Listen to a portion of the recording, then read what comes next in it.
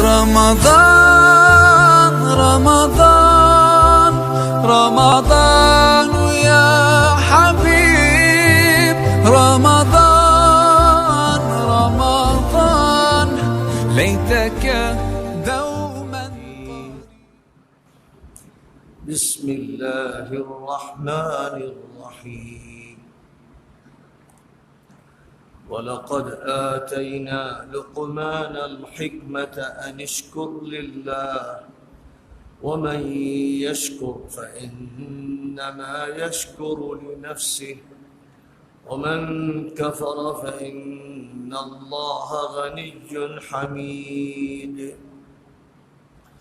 وإذ قال لقمان لابنه وهو يعظه يا بني لا تشرك بالله إن الشرك لظلم عظيم.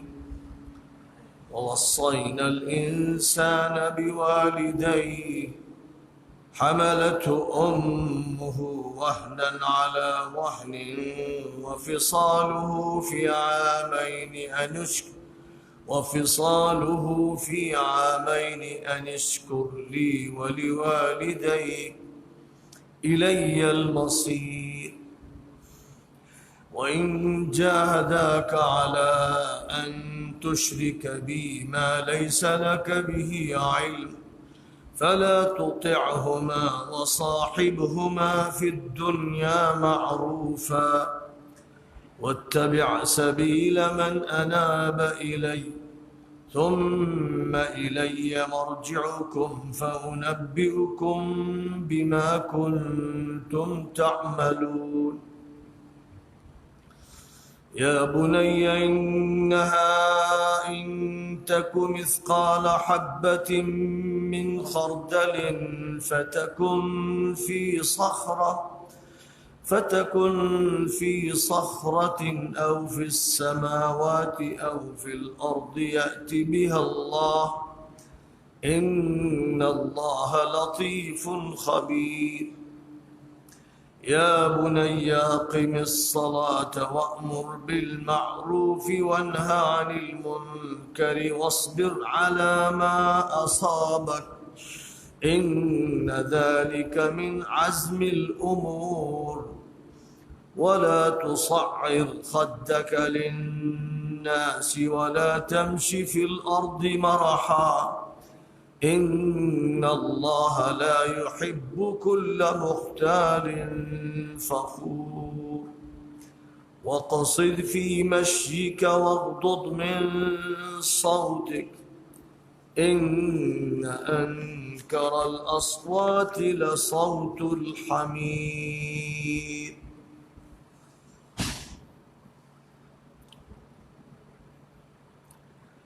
ہم نے لقمان کو حکمت و دانشمندی سے نوازا تھا کہ اللہ کا شکر ادا کریں، اور جو بھی اللہ کا شکر ادا کرتا ہے اپنی ذات کے لیے کرتا ہے، اور جو ناشکری کرتا ہے تو اللہ بے نیاز ہے اور تعریف کے قابل ہے۔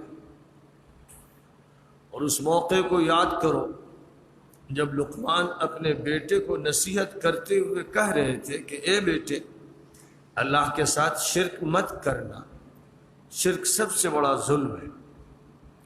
اور ہم نے انسان کو اپنے والدین کے ساتھ حسن سلوک کی تاکید کی ہے۔ اس کی ماں کمزوری پر کمزوری کے باوجود اسے لیے پھرتی رہی، اور اس کی دودھ کی مدت 2 سالوں میں پوری ہوتی ہے۔ اللہ فرماتا ہے کہ اے انسان، میرا شکر ادا کر اور اپنے ماں باپ کا شکر ادا کر، تجھے میرے پاس ہی آنا ہے۔ اور اگر ماں باپ تجھے میرے ساتھ کسی کو شریک کرنے پر جس کا تجھے کوئی حقیقی علم بھی نہیں ہے مجبور کریں تو ان کی بات مت مان، اور دنیا میں ان کے ساتھ اچھا سلوک کر اور ان کے راستے کی پیروی کر جو مجھ سے لو لگاتے ہیں۔ پھر میری طرف ہی تم سب کو پلٹ کر آنا ہے، اور میں تم کو تمہارے اعمال کے بارے میں بتاؤں گا۔ اے میرے بیٹے، اگر کوئی چیز رائی کے دانے کے برابر ہو، کسی چٹان میں ہو یا آسمانوں اور زمین میں کہیں ہو، اللہ اس کو حاضر کر دے گا۔ اللہ بہت باریک بین اور بڑا باخبر ہے۔ اے میرے بیٹے نماز ٹھیک سے پڑھا کر اور بھلائی کی دعوت دیا کر اور برائیوں سے روکا کر اور کوئی تکلیف پیش آئے تو صبر کیا کر. یہ باتیں عزیمت کی ہیں. اور لوگوں سے منہ چڑھا کر تکبر سے بات مت کر اور نہ زمین میں اترا کر چل. اللہ کسی اکڑنے والے، اپنی بڑائی ہانکنے والے اور گھمنڈی کو پسند نہیں کرتا. رفتار و گفتار میں اعتدال پیدا کر، آواز کو پست رکھ. سب سے بری آواز گدھوں کی آواز ہوتی ہے.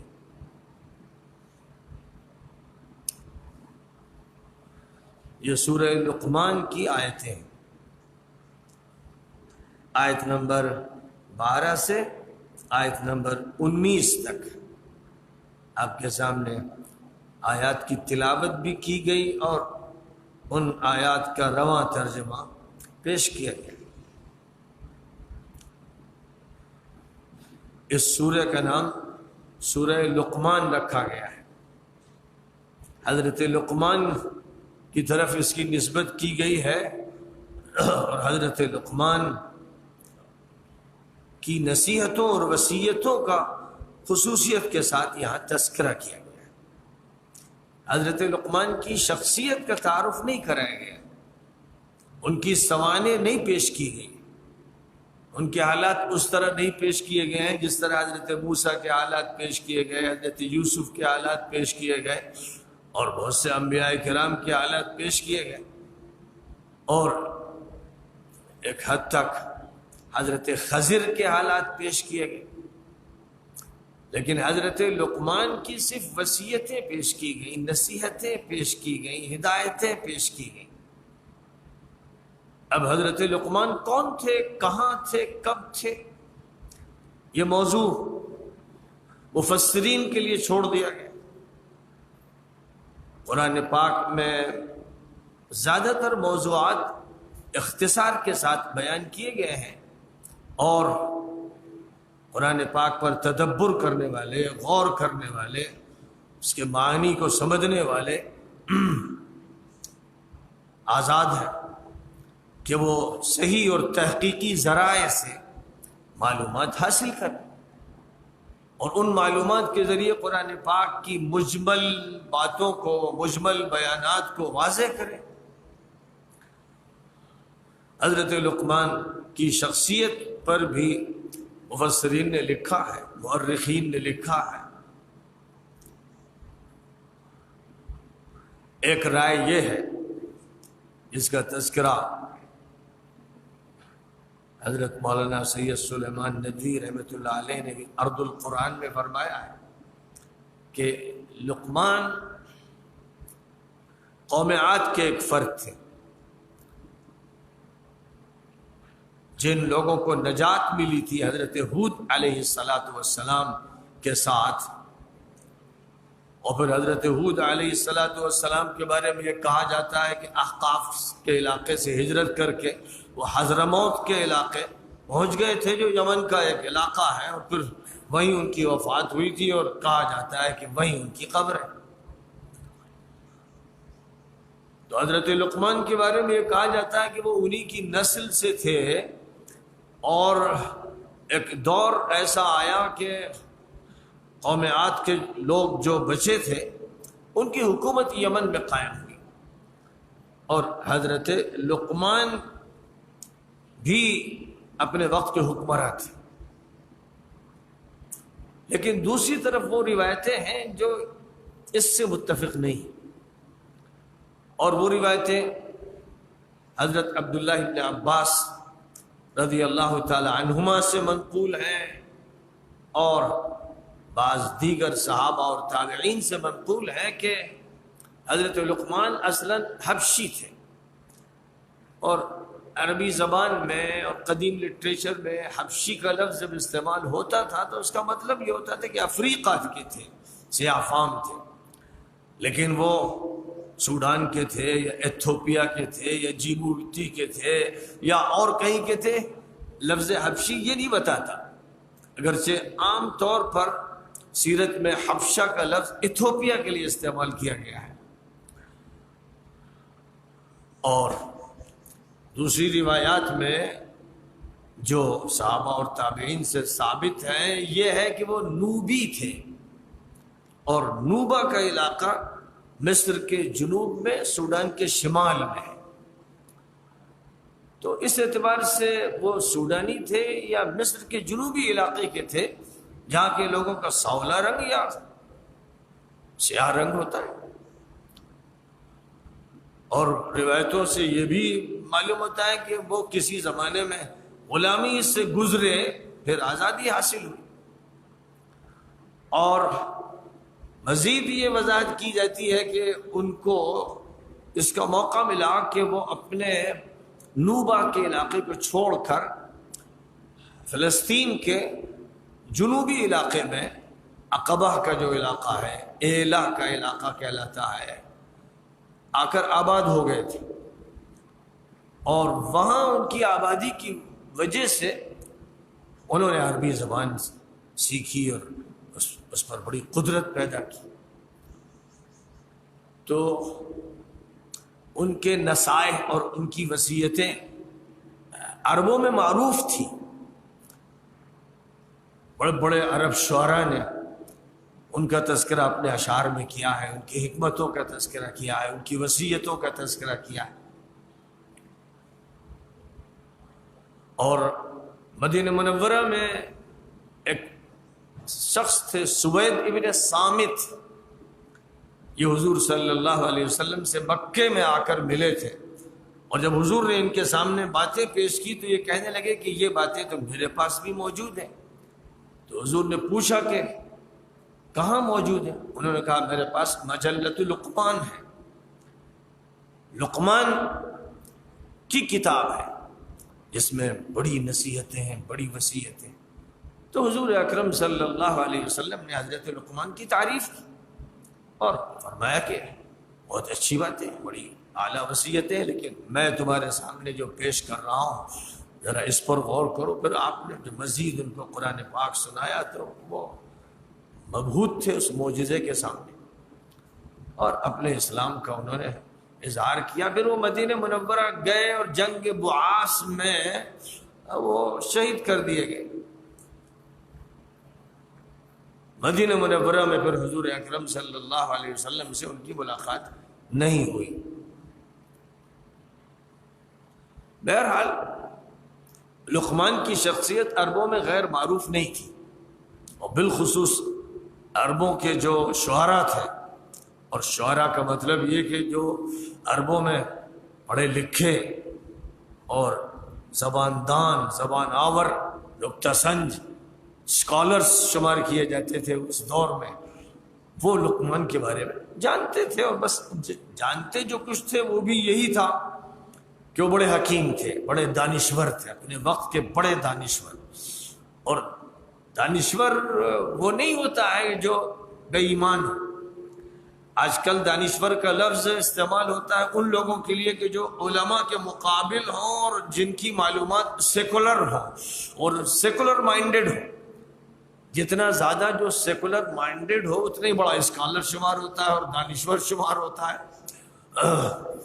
لیکن یہ بہت بڑی بھول ہے، بہت بڑی نادانی ہے کہ جن کے اندر اللہ کی معرفت نہ ہو، پیغمبروں کی معرفت نہ ہو، عالم بالا سے جن کا رابطہ نہ ہو، جو انبیاء کرام کی تعلیمات سے واقفیت نہ رکھتے ہوں، زمین پر رہنے والے اپنے جیسے انسانوں کی باتیں کرتے ہوں، ان کی فلسفی پر بحث کرتے ہوں، ریسرچ کرتے ہوں، ان کو دانشور کہنا دانش پر ظلم ہے، دانش اور بینش پر ظلم ہے۔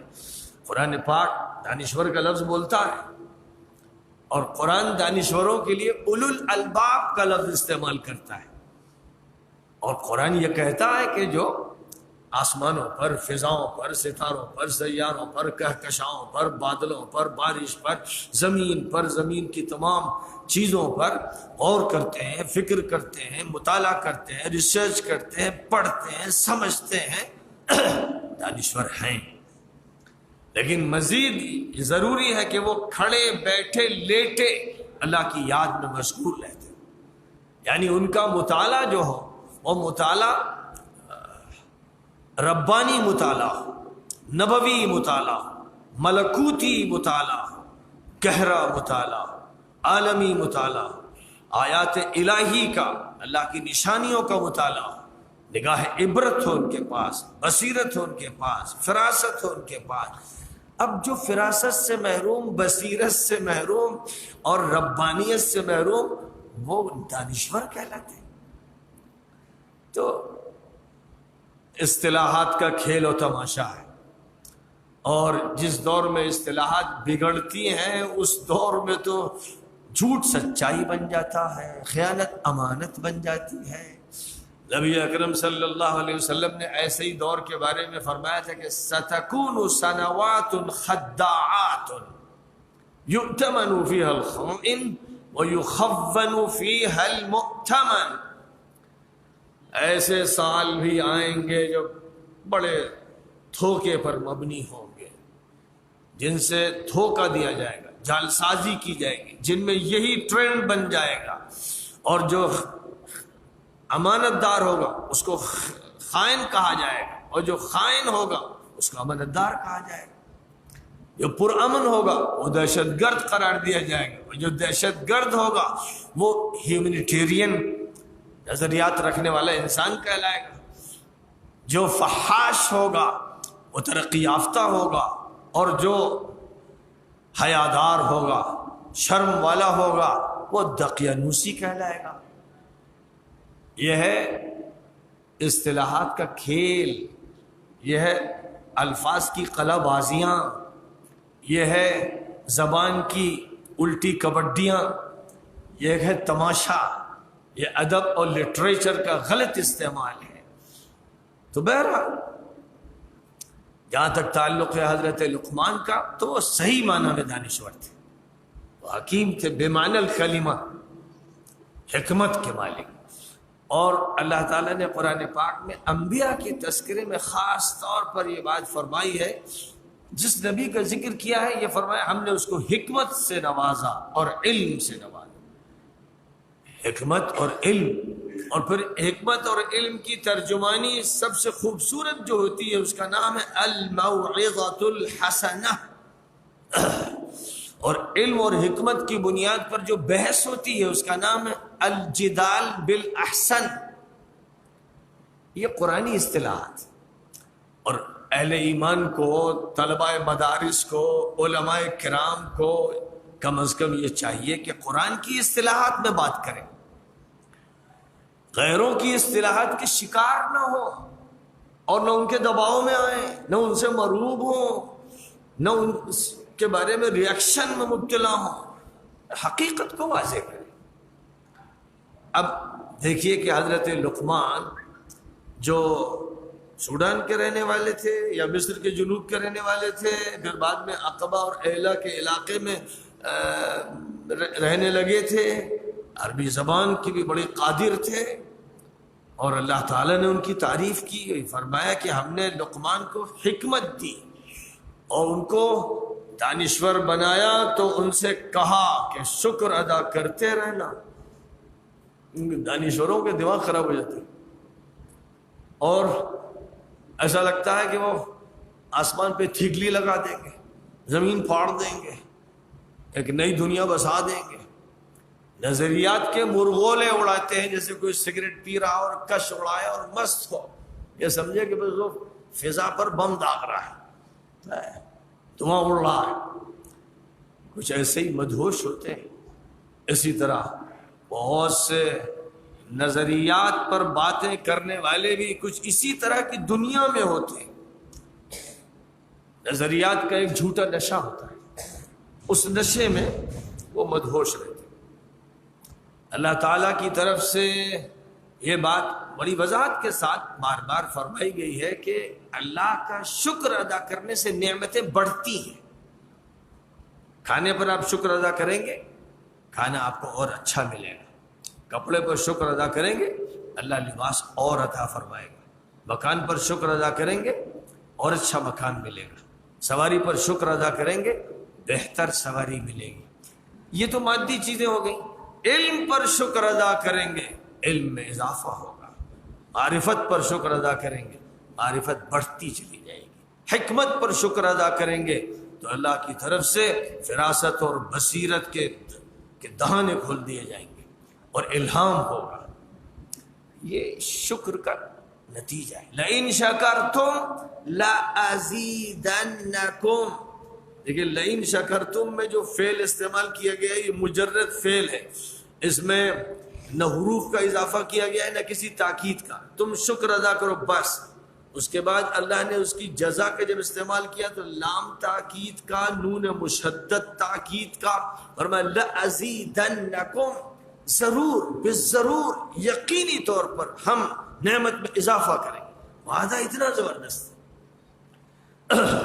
تو جب یہ وعدہ ہے تو شکر ادا کرنا چاہیے. اور نبی اکرم صلی اللہ علیہ وسلم نے اس کے لیے ایک چھوٹا سا جامع لفظ ایسا تلقین فرمایا اور ہر چیز کے ساتھ ایسا شامل کر دیا کہ کھانا کھایا تو الحمدللہ الذی اطعمنی، پانی پیا الحمدللہ الذی سقانی، لباس پہنا تو الحمدللہ الذی کسانی،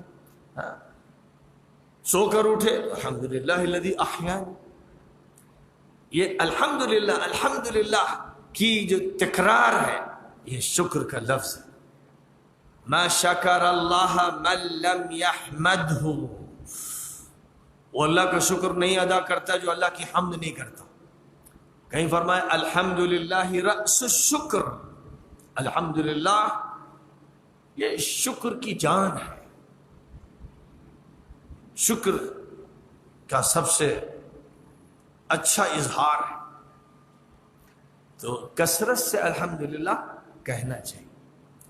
اور یہ الحمدللہ ایسا پسندیدہ ہے کہ جنت میں بھی آپ یہی کہیں گے، الحمدللہ کے گیت گائیں گے. اور ہر جگہ یہ ذہن میں رہنا چاہیے کہ ابتدا الحمدللہ سے، جیسے سورہ فاتحہ کی ہوئی، اور اختتام الحمدللہ پر، وآخر دعوانا ان الحمدللہ رب العالمین. ہماری آخری صدا، آخری ندا، آخری پکار، آخری بات الحمدللہ رب العالمین. تو حضرت لقمان سے اللہ تعالیٰ نے فرمایا شکر ادا کرتے رہنا. اور پھر شکر جب تم ادا کرتے ہو تو اپنے لیے کرتے ہو. یہ اللہ میاں کو نذرانہ نہیں پیش ہو رہا ہے، اللہ میاں محتاج نہیں ہے تمہاری تعریف کے، لیکن تمہارے لیے اللہ چاہتے ہیں کہ انتظام فرمائے. تو چونکہ نظام الہی میں اور سنت الہی میں شکر کی جزا یہ طے کی گئی ہے کہ اس پر اضافہ ہوتا ہے اور ناشکری سے نعمت چھنتی ہے. تو اللہ تمہارے فائدے کے لیے کہہ رہا ہے، اور اللہ کو کیا حاجت ہے، وہ تو قابل تعریف ہے. تو جو شخص ناشکری کرتا ہے فرمایا فإن اللہ غنی حمید، اللہ مستغنی ہے، ضرورت نہیں اس کو کائنات کی حمد کی، اور وہ تو ستودہ صفات ہے، قابل تعریف ہے، کوئی تعریف کرے نہ کرے. اب اس بنیادی ہدایت کے بعد حضرت لقمان نے جو نصیحتیں وصیتیں کی وہ تو بہت ہیں، بہت معروف بھی رہی عربک لٹریچر میں اور دنیا کے لٹریچر میں بھی. لیکن یہاں ان نصیحتوں اور وصیتوں کا تذکرہ ہے جو حضرت لقمان نے اپنے عزیز پیارے اور محبوب بیٹے کو کی. اور باپ اپنے بیٹے کو نصیحت کرتا ہے تو اس میں تو اس کا اخلاص 100% ہوتا ہی ہے.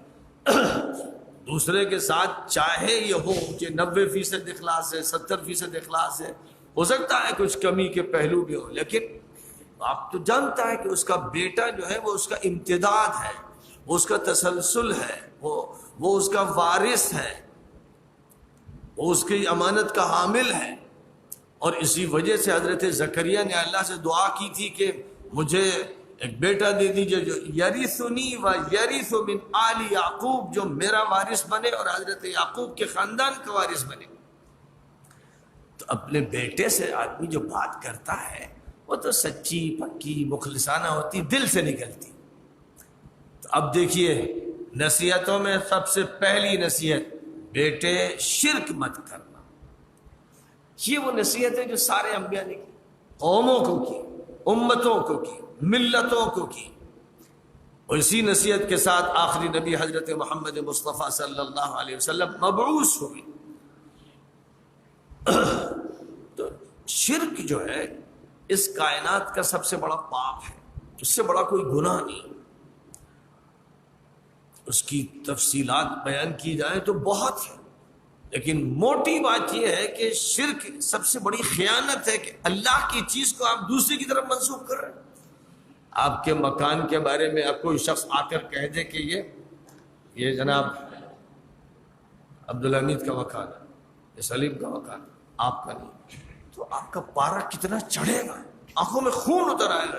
بدماشی کی انتہا دیکھو، ارے میرا مکان باپ دادا سے اسی مکان میں سب رہتے چلے آ رہے ہیں، اور یہ اتنا بڑا پاپی مجرم ہے کہتا ہے کہ نہیں یہ فلاں کا ہے۔ کسی بھی انسان کے نزدیک اس کی پکی ملکیت کے بارے میں کسی دوسری کی طرف نسبت کر دینا اور دعویٰ کر دینا بہت گندا جرم ہے۔ اب یہ کائنات صرف اور صرف اللہ کی ہے، اس کا کوئی ذرہ نہیں ہے جس میں کسی کی شرکت ہو۔ اس کے بعد کسی دوسرے کی طرف نسبت کرنا، شخص ہو یا بت ہو یا جن ہو یا فرشتہ ہو یا نبی ہو یا کوئی بھی ہو، کسی کی طرف بھی نسبت نہیں کی جا سکتی، کوئی خدا کی خدائی میں شریک نہیں۔ اس لیے شرک سب سے بڑا جرم ہے، اور جو بھی انبیاء گزرے ہیں اور جو بھی ان کے راستے پر چلنے والے، انہیں سب سے پہلی فکر توحید کی ہوتی ہے اور شرک کی نفی کی ہوتی ہے، یہ ان کا پہلا پوائنٹ ہوتا ہے۔ اور جس کا یہ پہلا پوائنٹ ہو، سمجھ لیجئے کہ وہ انبیاء کے راستے پر ہے۔ اگر کسی نے اس کو ذرا پیچھے ڈال دیا ہے اور باتیں کر رہا ہے، دوستی، تعلقات اور چنی اور چنا، ان سب کی باتیں کر رہا ہے، توحید کی بات نہیں کرتا ہے اور شرک کی تردید نہیں کرتا ہے، تو وہ جو کچھ بھی ہو، وہ فلسفی ہو، وہ مفکر ہو، اس کو کچھ کہیے، لیکن وہ انبیاء کرام کا سچا پکا امتی نہیں، اور وہ انبیاء کرام کے منہج اور راستے اور طریقے کا اتباع نہیں کر رہا ہے۔ پہلی نصیحت۔ دوسری نصیحت، قرآن پاک میں یہ بات صاف نظر آتی ہے اور کئی جگہ اس کا اظہار ہے کہ اللہ کی بندگی اور عبادت کے بعد پھر اللہ تعالی ماں باپ کا حق بتاتے ہیں، اور اس کی ایک بہت بڑی وجہ یہ ہے کہ اللہ تو خالق ہے اور ماں باپ والد ہیں، یعنی ولادت کا ذریعہ بنے ہیں، اور پھر ولادت کا ذریعہ جو بنے ہیں تو اس کے بعد جب سے بچہ جنین تھا تو ماں تکلیفیں اٹھاتی تھی، پھر وہ پیدا ہوا تو ماں نے اس کو دودھ پلایا، باپ نے اس کی فکر کی، اور دونوں نے مل کر اس کی پرورش و پرداخت کا انتظام کیا۔ مجازی طور پر یہ اس کے ذمہ دار بن گئے، حقیقی ذمہ دار تو اللہ ہے، لیکن اللہ کے بعد جب مجازی نسبت ہوگی تو سب سے پہلے ماں باپ کی طرف ہوگی، اور کوئی اس نسبت کا مستحق نہیں۔ تو فرمایا کہ اس کی ماں اپنے رحم میں کمزوری اور تکلیفوں کے ساتھ لیے رہی، خوشی سے اس کو برداشت کرتی رہی۔ اس لیے اللہ تعالیٰ یہ فرما رہا کہ میرا شکر ادا کرو اور اپنے ماں باپ کا بھی شکر ادا کرو۔ ماں باپ کی قربانیوں کو فراموش کبھی مت کرنا۔ بڑے نالائق لڑکے ہوتے ہیں، بڑے محروم ہوتے ہیں، بڑے بدقسمت ہوتے ہیں جو دوستی یاری کے چکر میں ماں باپ کو بھول جاتے ہیں۔ حضور اکرم صلی اللہ علیہ وسلم نے فرمایا کہ قیامت کی علامات میں سے ایک علامت یہ ہے کہ لڑکے اور لڑکیاں ماں باپ کے ساتھ بدسلوکی کریں گے اور اپنے دوستوں یاروں کے ساتھ وقت گزاریں گے، ان سے محبت کریں گے، ان کو ترجیح دیں گے۔ یہ سلسلہ شروع ہو جائے گا، قدریں ختم ہو جائیں گی، ادب نہیں رہ جائے گا، تو ماں باپ دکھی ہوں گے، اور دوستوں یاروں کے ساتھ محفلیں اور چائے نوشی اور پھر اس کے بعد فلم بینی اور کیا کیا نہیں ہوگا۔ جب شیطان نے آپ کو گرفتار کر ہی لیا اور صحیح راستے سے ہٹا دیا تو جدھر چاہے لے جائے۔ تو فرمایا کہ ماں باپ کا شکر ادا کرو، یہاں تک کہ اگر وہ زور ڈالیں تم سے کہ تم مندر چلو، چرچ چلو، کلیسا چلو، غیر اللہ کو مانو، عیسیٰ کو سن آف گاڈ کہو، اگر وہ اس پر زور بھی لگائیں تو یہ بات ان کی نہ ماننا، لیکن حسن سلوک پھر بھی کرتے رہنا۔ اب اس سے زیادہ بڑی بات کیا ہو سکتی؟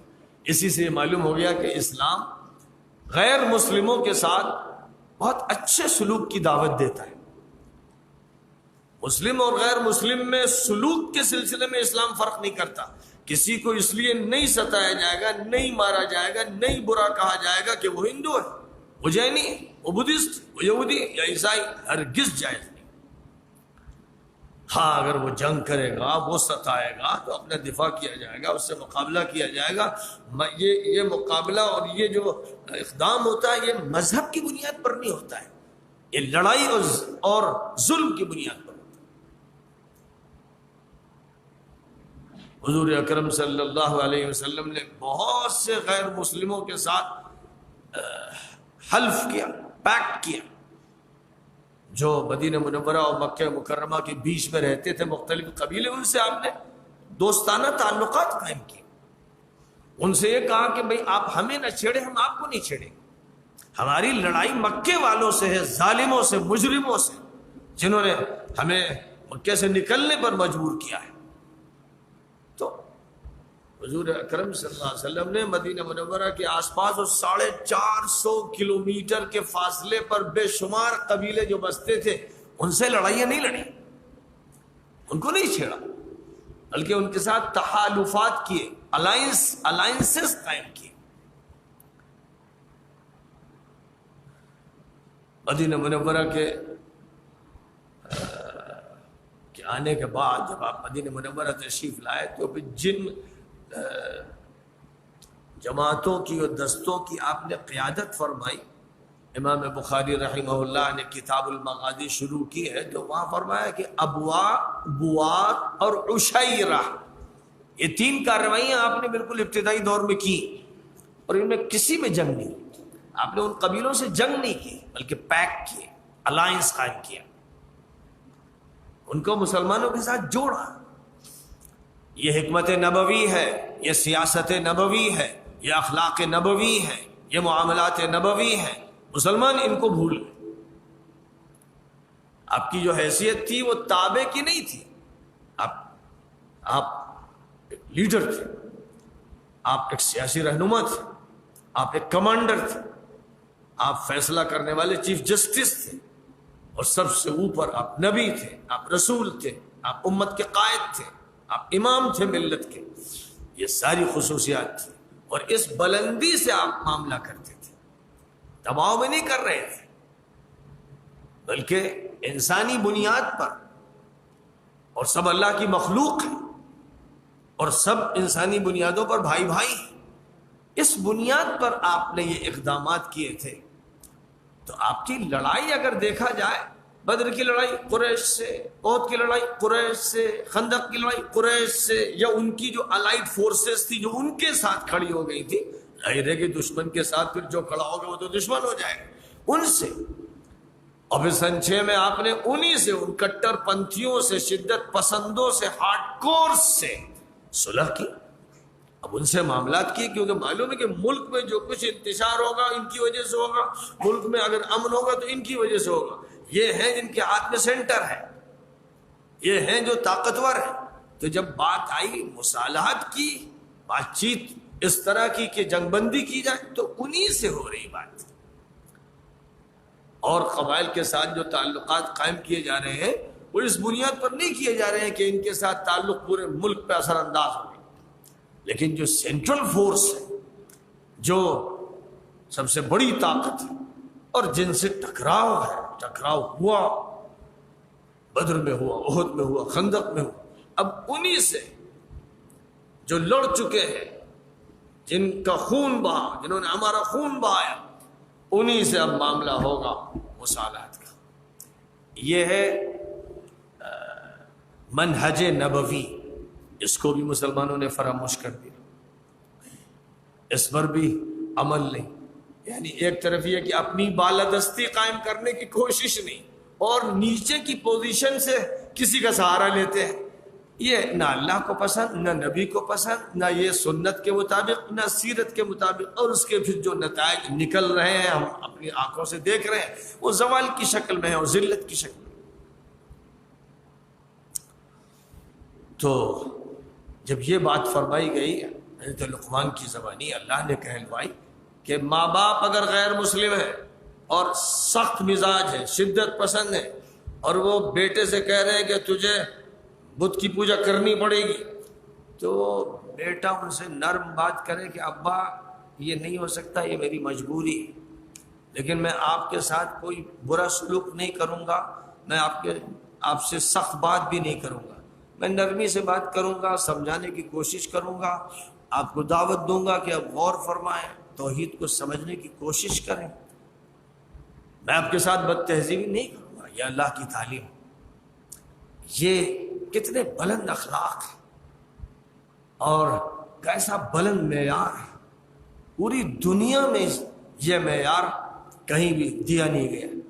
بائبل پڑھ لیجئے، تلمود پڑھ لیجئے، کتنی خطرناک تعلیمات تلمود میں دی گئی ہیں، وہ انسانوں کے لکھی ہوئی کتاب ہے بائبل کی، تورات کی شرح میں، جس میں یہ ہے کہ بچوں کو مارو، عورتوں کو مارو، ان کے تمام لوگوں کو مارو، ان کے درخت کاٹ دو، یہ تعلیم دی گئی۔ یہودیوں کے یہ تعلیم ہے، اس لیے ظاہر ہے کہ ایسے لوگ جو جرم کریں کم ہے۔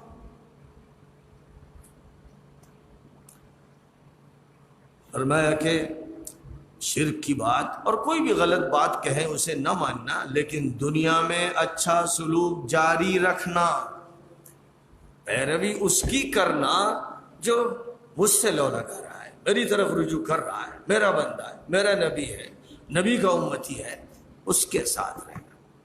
تم سب کو پلٹ کر آنا ہے ہمارے پاس، فیصلہ تو مجھے ہی کرنا۔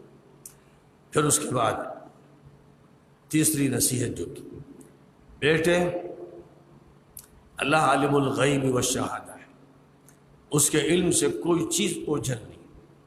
یاد رکھو کہ اگر رائی کے دانے کے برابر بھی کوئی چیز کسی پہاڑ کے غار میں، کسی دراز میں، کہیں پر بھی کوئی چیز موجود ہے، وہ اللہ کے علم میں ہے، کوئی چیز ڈھکی چھپی نہیں، آسمانوں میں ہو، زمین میں ہو، کہیں بھی ہو، اللہ جب چاہے اسے حاضر کر سکتا ہے۔ اس لیے کبھی یہ مت سمجھنا کہ میں ہوں اور کوئی نہیں، جہاں تم ہو وہاں اللہ ہے، دو ہیں تو تیسرا اللہ ہے، تین ہو تو چوتھا اللہ ہے۔ اس کا استحضار رہنا چاہیے، اس کا استحضار رہنا چاہیے کہ اللہ دیکھ رہا ہے، جان رہا ہے، تم چھپ کے کہاں جاؤ گے؟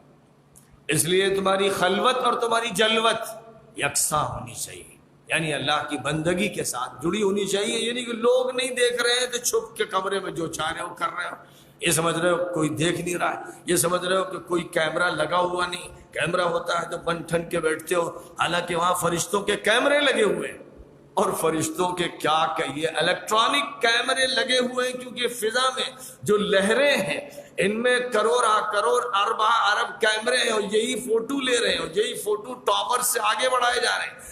یا آپ کہیں پر بھی بیٹھ کر کسی اسٹوڈیو میں بات کر رہے ہیں یا موبائل کے سامنے بات کر رہے ہیں، تو یہ ہوائیں ہیں، یہ لہریں ہیں جو آپ کے فوٹو کو اور آپ کی بات کو امریکہ، آسٹریلیا، جاپان، دنیا کے کسی خطے میں ہزار میل اور سمندروں کے پار سیکنڈوں میں پہنچا رہے ہیں۔ کون کر رہا ہے یہ؟ کون کر رہا ہے؟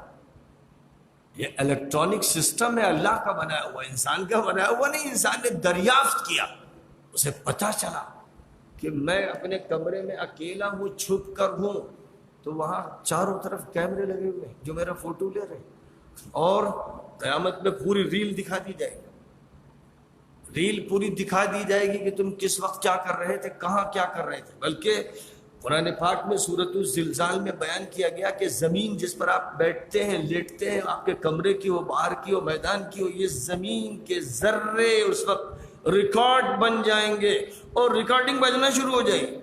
یومئذ تحدث اخبارها بان ربک اوحی لها، زمین اپنی باتیں کہنا شروع کر دے گی، کچا چٹا بیان کرے گی، چونکہ اللہ کا آرڈر ہوا، اللہ کا آرڈر ہوا۔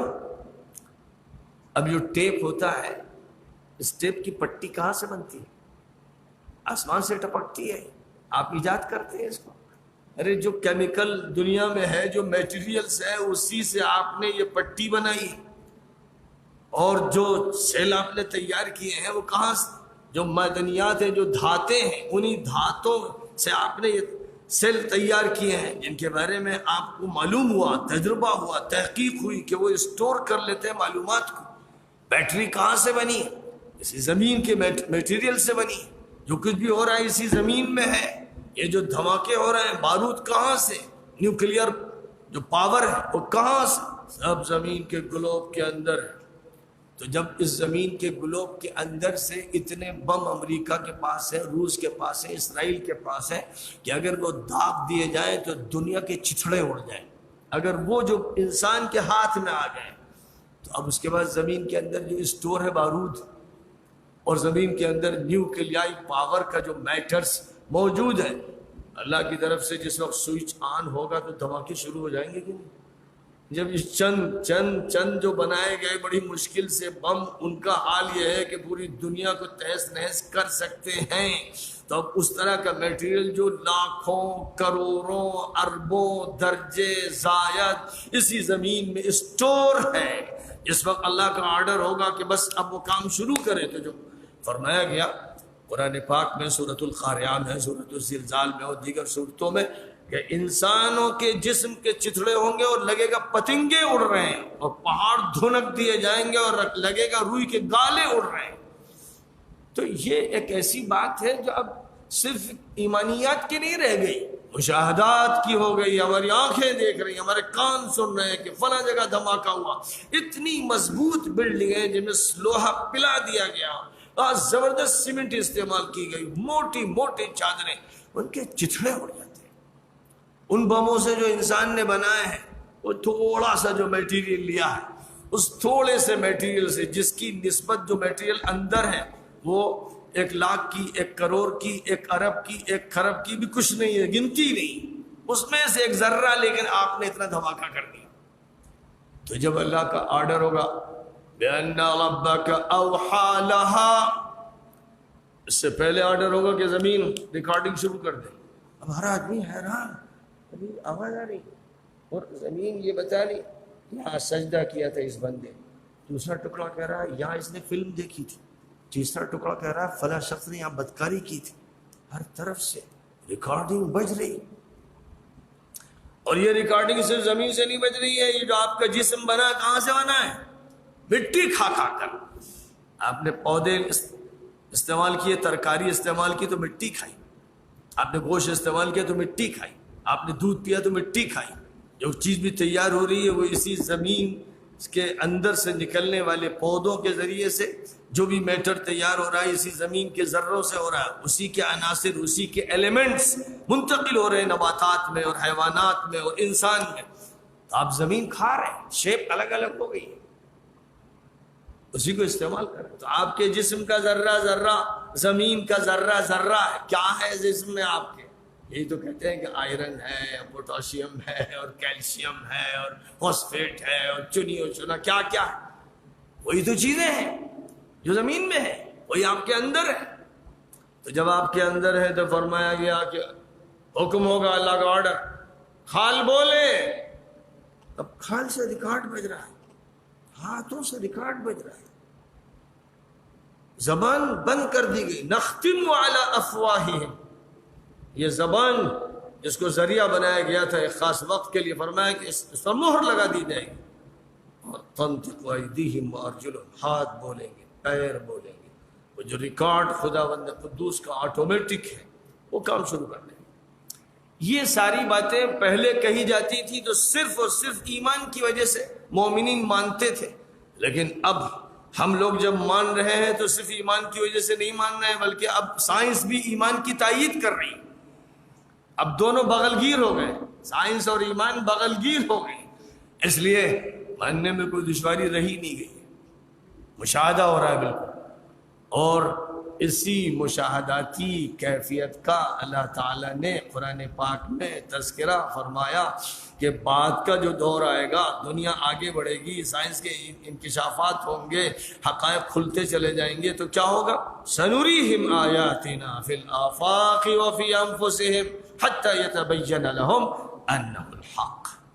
ہم اپنی نشانیاں فضا میں بھی دکھائیں گے اور خود ان کی اپنی ذات میں دکھائیں گے. اتنے ریسرچ ہوں گے, اتنی تحقیقات ہوں گی, اتنے انکشافات ہوں گے, اتنے آلات ہوں گے, ایسے ایکس رے اور ایسے الٹرا ساؤنڈ, ایسا MRI کے سسٹم, اور ایسا کیا کیا ہوگا کہ جس کی وجہ سے گویا ہر انسان اللہ تعالیٰ کے معجزات کو اور اللہ کی نشانیوں کو ہر طرف دیکھتا چلا جائے گا، پھر اس کے اندر سے تقاضا ہوگا کہ وہ کہے انہ الحق، انہ الحق، اللہ حق۔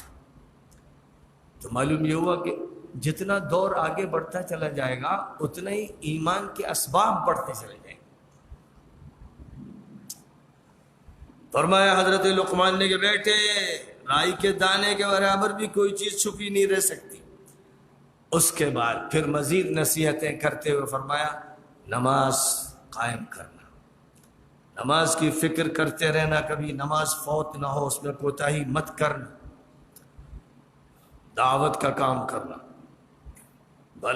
بھلائیوں کی تلقین کرنا، معروفات کا حکم دینا، وصیت کرنا، اور جو بھی اچھے کام ہیں ان کا تعارف کرانا، ان کی دعوت دینا، اور برائیوں سے روکنا۔ امر بالمعروف اور نہی عن المنکر، یہ دو بازو ہیں اسلام کی، یہ دو بازو ہیں۔ امت پر ذمہ داری ڈالی گئی، ہر فرد پر ذمہ داری ڈالی گئی ہے کہ ہر فرد امر بالمعروف اور نہی عن المنکر کا کام کرے۔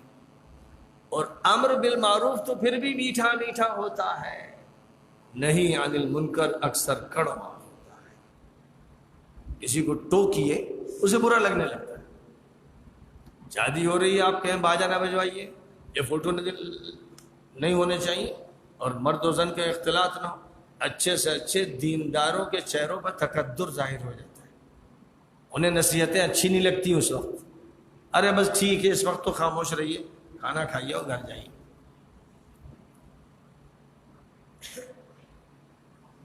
اور آپ جانتے ہی ہیں کہ جو بھی کمیاں ہیں، ہماری کمیاں ہیں، علماء کی کمی ہو، حفاظ کی کمی ہو، صوفیہ کی کمی ہو، اس پر اگر آپ ٹوک دیں چڑ جاتے ہیں لوگ، ناراض ہو جاتے ہیں، یہ ایک کمی ہے۔ اس لیے فرمایا گیا وَاصْبِرْ عَلَى مَا أَصَابَكَ، کہ میٹھی میٹھی باتیں کرو گے تب تو ٹھیک ہے، سب خوش رہیں گے، لیکن جب منکر سے روکنے کا مرحلہ آئے گا، تم بتاؤ گے یہ غلط، یہ غلط، یہ غلط، تو پھر تمہارے خلاف بات ہوگی، تبصرے ہوں گے، ہو سکتا ہے لڑائی کی نوبت آ جائے، کیچڑ اچھالا جائے، ہو سکتا ہے تم پر پتھر پھینکے جائیں، تو صبر سے کام لینا۔ پھر یہ فرما رہے لقمان اپنے بیٹے سے ایسا ہوگا تو صبر کا دامن تھامے رہنا، ریاکٹ مت ہونا، طیش میں مت آنا، لڑنا بھیڑنا نہیں۔ ایسا کرو گے تو تمہیں کامیابی ملے گی دیر سویر، لیکن اگر ریاکشن میں آ جاؤ گے تب تو بس فوراً قتل و قتال کی صورتحال شروع ہو جائے گی۔ اور یہ عزیمت کی بات ہے، لڑ بھیڑنا یہ عزیمت نہیں، سن لینا، برداشت کر لینا اور اپنی بات کہتے رہنا، اس سے پیچھے نہ ہٹنا، یہ عزیمت کی بات ہے۔ ان ذالک من عزم الامور۔ اچھا صاحب، اب آخری جو نصیحتیں ہیں ان نصائح کے بعد یہ فرمایا گیا کہ دیکھو بھائی، لوگوں سے منہ چڑھا کر اور تکبر سے بات مت کرنا۔ تکبر تو اللہ کو پسند ہی نہیں۔ تکبر کرنے والا بندہ خدا کی نگاہ میں سب سے زیادہ ذلیل ہوتا ہے۔ انسان کو ہر وقت یاد رہنا چاہیے کہ میں بندہ ہوں، میں بندہ ہوں۔ اب وہ شخص جس کو ٹوکا جا رہا ہے، اور ٹوکنے کے لیے حضور پاک علیہ السلام کا جو طریقہ کار تھا کہ اگر حضور سے کوئی اپنے حق کا مطالبہ کرتا یا حضور کے ساتھ کچھ ذاتی کر بیٹھتا تو حضور صبر کرتے، اس کو ٹال جاتے۔ لیکن اگر کوئی دین میں مداخلت کرتا، بے حیائی کی بات کرتا، شریعت کے خلاف کچھ کہتا، تو صحابہ بیان کرتے ہیں کہ لم یقم لغضبہ شیء، اس وقت آپ کے غصے کا یہ عالم ہوتا تھا کہ کوئی چیز ٹک نہیں سکتی تھی سامنے، پھر غضبناک ہو جاتے اور پوری شدت سے اس کے خلاف بات کرتے، جس کی ترجمانی کرتے ہوئے صحابہ کرام نے فرمایا کہ کان اذا خطب احمر وجهه وانتفخت اوداجه كأنه منذر جيش يقول صبحكم ومساكم۔ تقریر فرماتے تھے حضور تو چہرہ سرخ ہو جاتا تھا، گلے کی رگیں پھول جاتی تھی، لگتا تھا کہ کوئی کمانڈر ہے جو فوج کو خطاب کر رہا ہے اور جنگ درپیش ہے۔ یہ بیان کیا گیا ہے. یہ نہیں کہ بس میٹھے میٹھے بول ہیں. السلطان ذل اللہ الخاقان ابن الخاقان، کتاب لے کر کھڑے ہو گئے اور ادھر ادھر کی سنا رہے ہیں، کیونکہ مخاطب ہے ہی نہیں لوگ. خاص طور پر عجمی ملکوں میں عربی میں جو خطبہ دیا جاتا ہے تو عوام جو بیٹھے ہوتے ہیں سمجھتے ہیں حافظ جی قرآن پڑھ رہے ہیں، اچھا پڑھتے ہیں. اور علماء نے بھی کچھ ایسا سمجھا دیا ہے کہ بس ممبر پر آپ عربی میں بولیے، چاہے لوگ بیٹھے ہوئے بھینس کی طرح پگرائیں. اگر اللہ کی یاد کرنا ہوتی تو قبلہ رخ کھڑے ہوتے امام صاحب، ممبر پر بھی کھڑے ہوتے دکھانے کے لیے تو قبلے کی طرف رخ کرتے کہ اللہ میاں سے کہنا ہے جو کچھ کہنا ہے. وہ تو آپ کی طرف رخ کر رہے ہیں، کہتے ہیں اے لوگو، اے انسانوں، اے مومنوں، کہہ رہے ہیں کہ آپ یہ رہیں اور لوگ بھینسوں کی طرح بیٹھے ہوئے. کیا تماشا ہے بھائی. بھائی جمعہ کا خطبہ تقریر ہے، تذکیر ہے، نصیحت ہے، موعظت ہے، خطاب ہے، اس میں بات ہوتی ہے. اور حضور کے دور میں صحابہ میں سے کوئی اٹھتا تھا دوران خطبہ بات کرتا تھا، حضور دعا فرمائیے فلاں جگہ قحط آ رہا ہے، خطبہ ہو رہا ہے اور مہر کے بارے میں حضرت عمر ایک بات کہہ رہے ہیں تو ایک عورت پیچھے سے کھڑی ہو رہی ہے، عورت کھڑی ہو رہی مسجد میں جمعے کے خطبے میں، اور کہہ رہی کہ عمر آپ کیا بات کر رہے ہیں، قرآن تو یہ کہہ رہا ہے اور آپ کچھ اور کہہ رہے ہیں. خطبے کے دوران یہ مداخلت ہو رہی ہے. حضور دیکھ رہے ہیں کہ عبداللہ بن مسعود آئے، ذرا دیر سے کہا کہ بیٹھ جاؤ تو وہ وہیں بیٹھ جاتے ہیں. خطبے میں بات ہو رہی لوگوں سے، اس میں انفرادی بھی ہو سکتی، کوئی صاحب آئے تو ان کا آپ وہیں تشریف رکھیں، آپ خطبے میں بات کر سکتے ہیں کیونکہ وہ بات ہی کے لیے ہے. لیکن اس کو ایسا بنا دیا ہے، اللہ ہی رحم فرمائے ایسے مولویوں پر، اس کو ایسا بنا دیا ہے کہ بس جیسے شو کیس میں کھڑے ہوئے کوئی شخص اشارہ کر رہا ہے دکان کی طرف، زبان سے جو بول رہا ہے لوگ اسے سمجھ ہی نہیں رہے. یہ تو خطبے سے پہلے یا خطبے کے بعد خطاب ہونا ہی چاہیے تھا، اور یہ جو میرا خطاب ہو رہا ہے اسی لیے ہو رہا ہے کہ اگر یہ نہ ہوتا تو جمعے سے خطبے سے پہلے میں بات کرتا اور یا جمعے کے خطبے کو اردو میں دیتا. بہت سی جگہوں پر میں نے بھی اردو میں خطبہ دیا ہے اور حضرات نے بھی دیا ہے. مولانا سید سلیمان ندوی بھی اس کے قائل تھے کہ مخاطبین کی زبان میں خطبہ ہونا چاہیے.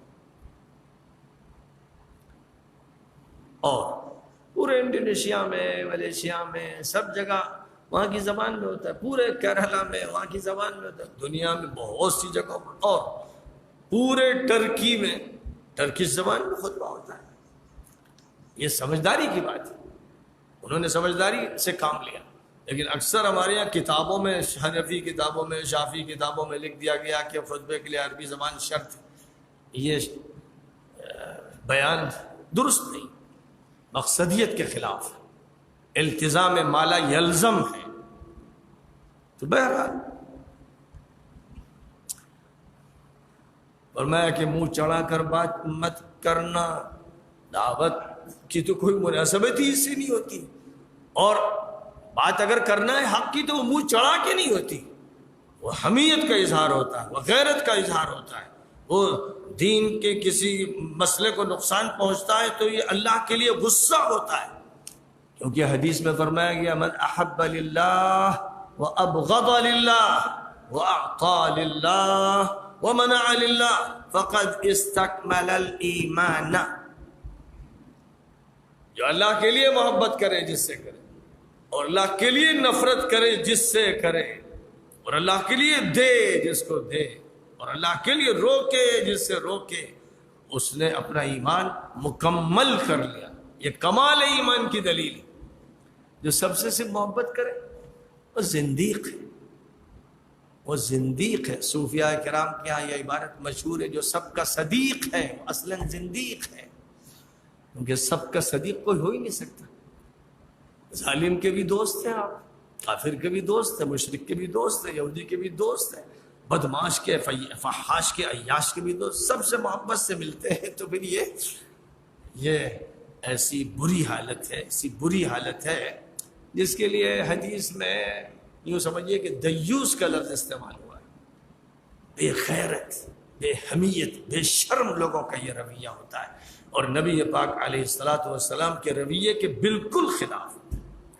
اب جس چیز سے منع کیا جا رہا ہے وہ منہ چڑھانا ہے، تکبر والا معاملہ، جو کسی حالت میں نہیں ہونا چاہیے۔ یہاں تک کہ اگر آپ ناراضگی بھی دکھا رہے ہیں تب بھی تکبر کے ساتھ نہیں، للہ اور فی اللہ وہ عمل ہونا چاہیے، یہ سمجھتے ہوئے کہ میں اللہ کے ہاں مسئول ہوں۔